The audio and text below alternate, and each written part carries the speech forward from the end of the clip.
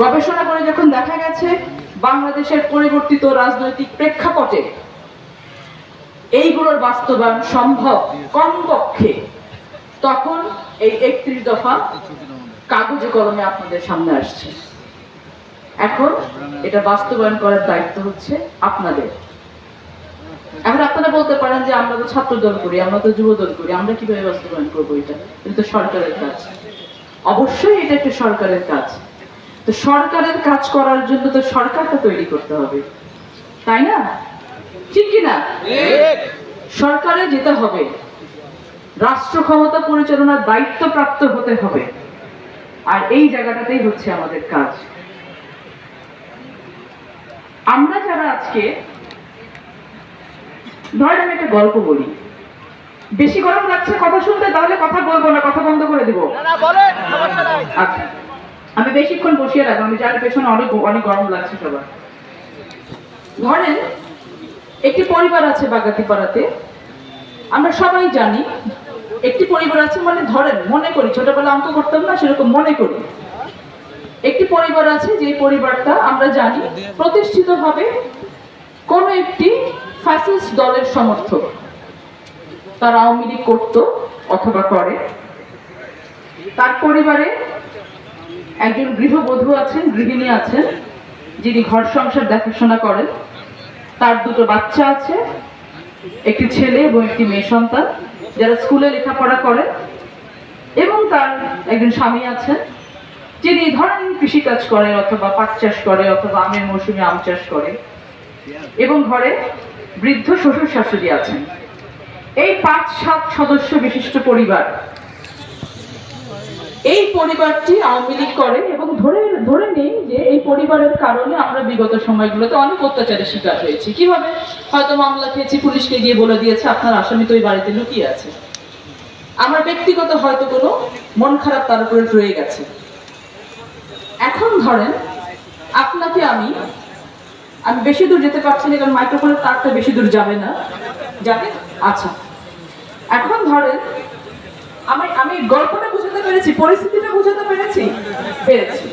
এখন ধরেন আমি একজন ৩১ দফার প্রতিনিধি, এবং এই ৩১ দফার প্রতিনিধি আমার হয়ে আমাকে বলা হলো আপনি ওই এলাকাতে যাবেন এবং গিয়ে ওই এলাকাতে আপনি ৩১ দফার কি কি বিষয়গুলো বিএনপি আপনাদের জন্য নিয়ে আসছে আপনাদের সেটা প্রচার করবেন। আমি কিন্তু গিয়ে সবার আগে ঠিক করব যে ওই পরিবারের কাছে তো আমি যাব না, এই তো ঠিক কিনা? হ্যাঁ বা না কিছু তো বলতে হবে। আওয়ামী লীগের পরিবারের কাছে আমি ৩১ দফা নিয়ে যাব না, ঠিক কিনা? যাব, যেতে আমাদেরকে হবে। তাদেরকে বোঝাতে হবে কি এই কারণে আমি তোমাদের থেকে ভিন্ন, এই কারণে বাংলাদেশ জাতীয়তাবাদী দল আওয়ামী লীগের থেকে ভিন্ন। তোমরা আমাদেরকে, আমরা মামলা খাওয়া অবস্থায় আমাদেরকে দেখিয়ে দিয়েছে পুলিশকে মিথ্যা মামলায় যে ওই রাতের বেলা ওখানে গেলে আপনি আসামিটাকে ধরতে পারবেন। আর আমি চেষ্টা করব তোমার বিরুদ্ধে যদি মামলা হয়, যদি মিথ্যা মামলা হয়, আমি তোমার পাশে দাঁড়াতে, বলতে গলা উঁচু করে যে না, মামলাটা ছিল মিথ্যা মামলা, তিনি এই কাজটি করেননি। তখন কি ওই পরিবার তোমার প্রতি খুশি হবে নাকি বিরাগ হবে? আলটিমেটলি কার প্রতি খুশি হবে? দলের প্রতি। This is called ambassador. Ambassador মানে বোঝা গেছে? ওই জানি ছোট ভাইটা বোঝা গেছে অ্যাম্বাসেডর মানে? ঠিক আছে, যাক এতটুকু তো শিখাইতে পারলাম, অ্যাম্বাসেডরের মানে তো শিখাইতে পারলাম। আচ্ছা ঠিক আছে, এখন আমরা কে কে অ্যাম্বাসেডর হইতে রাজি আছি? হাত তুলি। কে কে অ্যাম্বাসেডর হতে রাজি আছে? হাত তুলি। সিনিয়ররা কেউ হবে না অ্যাম্বাসেডর, বুঝতে পারছি। মঞ্চে কেউ হাত তোলে না, মঞ্চে কেউ হাত তোলে না। বোঝা যাচ্ছে তো কেন আমি ওখান থেকে নেমে এখানে এসে বসছি? হ্যাঁ, আর সিনিয়ররা কেউ যাবে না অ্যাম্বাসেডর হইতে? যাবে, অবশ্যই যাবে। আমরা যাব, আমাদের সাথে ওনারা সার্বক্ষণিকভাবে আছেন, থাকবেন, এবং ওনারা আমাদেরকে সহযোগিতা করবেন, পেট্রোল করবেন। ৩১ দফা ১, ২, ৩, ৪ করে পড়তে গেলে অনেক সময়ের বিষয়, আমি চাইবো আজকে রাতে গিয়ে পরীক্ষা দেওয়ার মতো করে সবাই মিলে অ্যাটলিস্ট 3বার করে 31 দফা আমরা এখানে যারা আছি তারা পড়ব। এখন এই পড়ার পরে 31 দফা নিয়ে আমরা মানুষের কাছে যাব কিভাবে, সেই বিষয়টা নিয়ে আমি একটু কথা বলবো। কারণ মার্কেটিং এর একটা স্ট্র্যাটেজি থাকে, এটা হচ্ছে পিওর মার্কেটিং। আপনি 31 দফাকে কিভাবে মানুষের কাছে মার্কেটিং করবে, এটাকে আপনাকে নিয়ম মাফিক করতে হবে। আমাদের 31 দফাতে একটি দফা আছে দ্বিকক্ষ বিশিষ্ট আইনসভা সম্পর্কিত, আছে না? আছে। 31 দফায় দফা আছে সংবিধানের 70 অনুচ্ছেদ নিয়ে, আছে না? আছে। 31 দফায় দফা আছে বৈদেশিক সম্পর্ক আরো চমৎকার ভাবে যেন আমাদের বিভিন্ন দেশের সাথে সম্পর্কটা বজায় থাকে বা উন্নত হয়, সেই পলিসি সম্পর্কিত কথা আছে।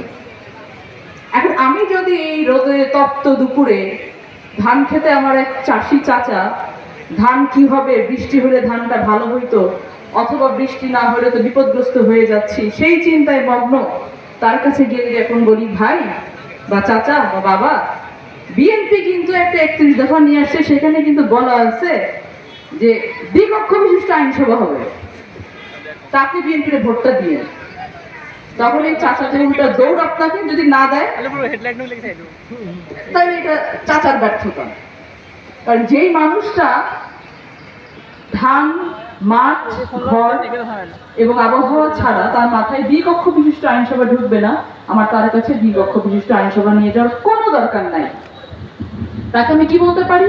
তাকে আমি বলতে পারি, আপনি যে ধান চাষ করছেন, আপনি কি জানেন যে বিএনপি একটি 31 দফা নিয়ে এসেছে, সেই 31 দফাতে এমন কিছু পলিসি নেওয়া হবে আপনি টেকনোলজিক্যালি কম সময়ে আপনার মৌসুমী ধান আপনি উৎপন্ন করতে পারবেন আপনার ভেতরে, এবং সরাসরি বাজারের ভেতরে যে সিন্ডিকেট আছে, সেই সিন্ডিকেট বহু বছর ধরে চেষ্টা করে ভাঙা যায়নি। বিএনপি পলিসি নিচ্ছে কিভাবে এই সিন্ডিকেট ভাঙা যায়, যেন আপনি আপনার ধানের দামটা অ্যাপ্রোপ্রিয়েটলি পান। তখন কিন্তু তার একটু আগ্রহ জন্মাবে। আগ্রহ জন্মানোর পর তখন জিজ্ঞেস করবে কিভাবে করবে, কিভাবে করবে সেটা তো সংসদ করবে, সেটা তো সরকার করবে, কিন্তু সেই সংসদ এবং সরকার করার জন্য আপনার সমর্থনটুকু আমার লাগবে। এই কথাগুলো কি খুব কঠিন কথা? আমরা কিন্তু সবাই এই ধরনের কথা বলি। যখন বাবা মার কাছে কোনো কিছু আবদার করি, আবদার করতে যাওয়ার আগে আমার 1000 টাকা লাগবে, রাতের বেলা আগে চিন্তা করি যে 1000 টাকা চাওয়ার জন্য কি বলবো, বলি না? বলি তো, চিন্তা করি। ঠিক এরকম কনভিন্স করা। এবং একজন রাজনীতিবিদের জন্য অনেক বড় কোয়ালিটি হচ্ছে আমি কিভাবে আমার কর্মীকে, আমার সমর্থককে আমি কনভিন্স করতে পারব। এখন আসি মোদ্দা কথায়। এই যে মানুষকে কনভিন্স করার যেই বিষয়টা, ধরেন আমি ফারজানা শারমিন পুতুল, আমি মোটামুটি একজন এলাকাতে চাঁদাবাজ হিসেবে পরিচিত, যে যেখানে গিয়ে বসে আমি বলে যে বিকাশ নাম্বারটা দিয়ে গেলাম, রাতের মধ্যে এটা পাঠিয়ে দিন। অথবা বললাম ও আচ্ছা আপনার মাছের পুকুর থেকে মাছ চুরি হয়ে যাচ্ছে, ঠিক আছে আপনি রাতের বেলায় প্যাকেটটা পাঠিয়ে দিন, কালকে মাছ চুরি বন্ধ হয়ে যাবে। এই ফারজানা শারমিন পুতুল জখি, তোমার নাম কি ভাই? মোহাম্মদ সাজিদুল ইসলাম শিমুল। সাজিদুল ইসলাম শিমুল। সাজিদুল ইসলাম শিমুল। এখন আমি যদি ফারজানা শারমিন পুতুল শিমুলের কাছে গিয়ে বলি আমার ব্যাকগ্রাউন্ডটা কি, আমি একজন চাঁদাবাজ, আমি মোটামুটি এলাকার মানুষকে অত্যাচারিত রাখি, আমি মানুষের সালাম নেই না, আমি নিজেকে খুব হামবড়া একজন নেতা ভাবি, মানুষ সাইড দিয়ে চলে গেলে আমি দেখিও না, হয়তো কোনো এক সময় আমি চেয়ারম্যান ছিলাম, মেয়র ছিলাম, কমিশনার ছিলাম, এমপি ছিলাম, আমি তাকাও দেখি না, তুমি মানুষকে গুনিও না। আমি গিয়ে 31 দফা নিয়ে আপনার কাছে কনভিন্স করতে গেলাম, আপনার মানসিক অবস্থাটা কি হবে? কথা কি আপনি শুনবেন আমার, নাকি শুনবেন না? সোজা কথা বলেন। অবশ্যই। তারপরে শুনবেন? বায়াস উত্তর। আচ্ছা বসেন, আপনি বলেন দেখি, নাম কি? হাতালি। একটা চাঁদাবাজ যদি আপনার কাছে গিয়ে কনভিন্স করার চেষ্টা করে 31 দফা নিয়ে, আপনি কনভিন্স হবেন? না, হবেন না। আমরা যতই মুখে বলি ও পুতুল আপনাকে এখন না বললে কেমন দেখা যায়, ওই জন্য বলছে যে হ্যাঁ, কিন্তু আমি যদি আমার ব্যক্তিগত ইমেজ নিয়ে, আমাকে যেতে হবে কিন্তু আমার ব্যক্তিগত ইমেজ নিয়ে, দল এখানে কোনো কিছু করবে না, দল দায়িত্ব দিলে পরে, পরিষ্কার করবে না, রাখবে না, কি করবে এই দায়িত্ব পরে, কিন্তু যদি আমার ব্যক্তিগত ইমেজ এমন থাকে যে আমার মানুষকে সালাম তো দেওয়ার কথা, উত্তর নিতেও আমার গায়ে একটু কষ্ট হয়, যদি ওটা ওয়াজিব, সালাম দেওয়া সুন্নত, উত্তর দেওয়া ওয়াজিব, তাই না? উত্তরও দিতে পারি না। আমি একটা সময় গাড়ি নিয়ে ঘুরছি জন্য আমার এখন আর মাটিতে পা পড়ে না, আমার তো দরকার চলেই আসছে। আমি এমন কিছু করতে পারি যেটা হচ্ছে রাতে অনেকের ঘরে ঘুমের সমস্যা হয়, কি সব চাঁদাবাজি টাদা এখন খুব মাছ ছুট। মাইক নষ্ট হয়ে গেল নাকি? এখন আমার যে ব্যক্তিগত ইমেজ, এই ব্যক্তিগত ইমেজ নিয়ে কিন্তু আমার মানুষের কাছে যেতে হবে।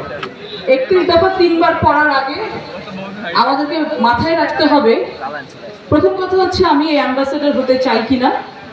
যদি হতে চাই তাহলে আমি পিছনের দিনগুলোতে আমার আশেপাশে এলাকার মানুষের সাথে কি কি কাজগুলো করেছি, অন্যায় করেছি না ভালো কাজ করেছি, যদি করে থাকি একটু চিন্তা করে সেগুলোকে আমাদের তাদের সাথে কথা বলতে হবে, দেখা করতে হবে। তারপরে পরবর্তীতে আর এই ধরনের কোনো কাজ করব না, সেই জিনিসটা মাথায় নিয়ে কিন্তু আমাদেরকে এগোতে হবে। কারণ আপনার ব্যক্তিগত ইমেজ যদি খারাপ থাকে, ওই একই কথা, আপনাকে চিনে বিএনপির একজন প্রতিনিধি হিসেবে, কর্মী হিসেবে, সমর্থক হিসেবে, আলটিমেটলি কিন্তু সমস্যাটা হয়ে যায় দলের। তো সেই ক্ষেত্রে আমাদের সবাই আগে মনে করতে হবে আমরা এখনো ক্ষমতায় আসিনি। আমাদের বাংলাদেশ থেকে, প্রিয় মাতৃভূমি থেকে ফ্যাসিজম চলে গেছে, বিদায় নিয়েছে, কিন্তু গণতন্ত্রের যে যাত্রার জন্য আমরা এতগুলো বছর ধরে কষ্ট করে যাচ্ছি, শ্রম দিয়ে যাচ্ছি, নির্যাতিত হচ্ছি, আমার সন্তান খুন হচ্ছে, ভাই খুন হচ্ছে, গুম হয়ে যাচ্ছে, খুঁজে পাচ্ছি না, সেই গণতন্ত্রের যাত্রা কিন্তু এখনো শুরু হয়নি। যেহেতু শুরু হয়নি, আমাদের কিন্তু সংগ্রাম এখনো শেষ হয়ে যায়নি। সংগ্রাম কি শেষ হয়ে গেছে? আমরা কিন্তু প্রত্যেকে এলাকা থেকে বুঝতে পারছি যে আমাদের আরো সংগ্রাম করতে হবে সামনের দিনগুলোতে। কিন্তু এই সংগ্রামটা কোন সংগ্রাম? এই সংগ্রামের পথ কিন্তু সহজ করে দিয়েছেন আমাদের ভারপ্রাপ্ত চেয়ারম্যান। আপনাদেরকে যদি কেউ বলে যে এটা তো আপনাদের দলীয় এজেন্ডা, এটা কিন্তু বিএনপির কোনো দলীয় এজেন্ডা না। বিএনপি সমমনা, নিবন্ধিত, অনিবন্ধিত সকল দলের সাথে বসে যে 26টা এজেন্ডা ছিল, সেখানে আরো এই 26টা সহ আরো কতগুলো দফা যুক্ত করে এই 31 দফা করেছে, যেখানে দল, মত, ধর্ম, বর্ণ নির্বিশেষে প্রত্যেকটা মানুষের, প্রত্যেকটা দলের আশা আকাঙ্ক্ষার প্রতিফলন ঘটেছে। সেজন্য কেউ যদি আপনাদেরকে বলে এটা তো তোমাদের দলীয় এজেন্ডা, নির্বাচনের আগে তো মানুষ বহু কথা বলে, না, এটা আমাদের কোনো দলীয় এজেন্ডা না, এটা বাংলাদেশের সকল দলের মনের কথা, যেটা এখন পর্যন্ত কেউ কাগজে কলমে আনতে পারেনি, কিন্তু বিএনপি নিয়ে এসেছে। আমাদেরকে সেই কাজগুলো কিন্তু করতে হবে। আমরা কে কে অধৈর্য হয়ে গেছি? পিছনে কে কে অধৈর্য হয়ে গেছি? হাত তুলি। আচ্ছা, আরো 5 মিনিট শোনার জন্য প্রস্তুত কারা আছি? সবাই আছে, ঠিক আছে, আমি 5 মিনিটে শেষ করে দিব, আর বেশি সময় নিব না, নামাজের সময় হয়ে যাবে। আমাদের এখানে আশিক নামে, ও কোন ছাত্র দলের কোন ইউনিয়নের আশিক, ও একটা মিডিয়া নিয়ে প্রশ্ন করেছে, দয়রামপুর ইউনিয়নের আশিক। আশিক, তোমাকে ধন্যবাদ। মিডিয়া, বিএনপি প্রচারে পিছিয়ে আছে, বিএনপি মিডিয়া সেল ভালো কাজ করে না, বিএনপি প্রোপাগান্ডা উত্তর দিতে পারে না, খুব কমন কিছু অভিযোগ যেটা এখানে এসেও পেয়েছি। আচ্ছা, আমাদের কার কার হাতে ওই বাটন ফোন, কার কার হাতে আছে এখানে দেখি, যেটা টিপতে হয়, বাটন ফোন কয়জনের হাতে আছে? এখানে কয়জনের বাটন ফোন দেখি? 20 জনের বেশি না। বাকি সবার হাতে কি আছে? স্মার্টফোন আছে। স্মার্টফোন, আমরা সবাই খুব স্মার্ট। এখানে কতজন মানুষ আছে? আমরা এটা নিয়ে আসছিলাম 1000, এখানে কতজন আছে মানুষ? 600 জন চেয়ার, ধরে নিলাম 600 জন এখানে আছেন। ধরেন আজকে আমাদের ভারপ্রাপ্ত চেয়ারম্যান জনাব তারেক রহমানের 2 মিনিটের একটি বক্তব্যের ক্লিপ মিডিয়া সেলে এসেছে, 2 মিনিটের। এখানে বসে থাকা এই 600 জন মানুষের ভেতরে 20 জন বাদ দিলাম যারা আনস্মার্ট, বাটন ফোন যাদের হাতে আছে, কিন্তু ঘরে একটা করে ফোন আছে আমি জানি, ওটা দেখানোর জন্য নিয়ে আসে, ঘরে গিয়ে রাতে করে ফেসবুক ব্রাউজ করে, হোয়াটসঅ্যাপে কথা বলে, ঘরেও আছে, আছে না? আছে। তো এখন এই 600-20 580 জন মানুষ যদি 1 মিনিটে 1টা সেকেন্ড সময় নিয়ে মিডিয়া সেলের চেয়ারম্যানের ওই বক্তব্যটাকে আমরা শেয়ার করি, আপনার কোনো প্রোপাগান্ডা লাগে নাকি যে বট না কি বলে এখন ফেসবুকে ফেক রিচ করার জন্য যেগুলো ইউজ করে, তো এই 500-600 মানুষ যদি এখানে বসে থেকে আমরা 1 সেকেন্ড সময় যেটা শেয়ার করি, তাহলে কিন্তু এই কথা বলার কোনো অবকাশ থাকবে না যে বিএনপির মিডিয়া রিচ করতে পারে না। আজকে যেহেতু আমার হাতে মাইক্রোফোনটা আছে, আমি গিয়ে আমার পেজ থেকে শুধুমাত্র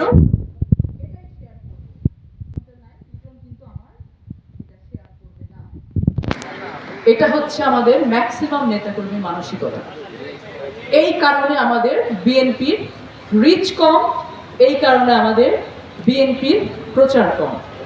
আমরা যদি আজকে এখানে এই ছাত্র দলের যারা আছে তারা প্রত্যেকের টাইম লাইনে মিডিয়া সেলটাকে ফলো দিয়ে রাখি এবং আমাদের যে নিউজটাই আসুক না কেন, বিশেষ করে আমাদের ভারপ্রাপ্ত চেয়ারম্যান তারেক রহমানের যে বক্তব্য, তার কর্মশালার যে ভিডিও ছোট ছোট ক্লিপ করে আমরা দেই। বড় বক্তব্য শুনতে অনেকের বিরক্ত লাগে, অনেক সময় দেখতে ইচ্ছে করে না। 1 মিনিট 2 মিনিটের ক্লিপগুলো যে রিল আকারে আসে সেগুলো কিন্তু আমরা দেখি। আমরা যদি 500 মানুষ এট এ টাইম শেয়ার করি, ভিউ কতগুলো হয় আর শেয়ার কতগুলো হয়, তাহলে এই প্রচারের কাজটা কি বিএনপির এক মিডিয়া সেলের দায়িত্ব না আপনাদেরও দায়িত্ব? তো আমরা কি আজকে এখান থেকে শপথ করতে পারি যে বিএনপির মিডিয়া সেলকে মানুষের মাঝে আরো বেশি নিয়ে যাওয়ার জন্য আমরা প্রতিদিন অ্যাটলিস্ট 5টা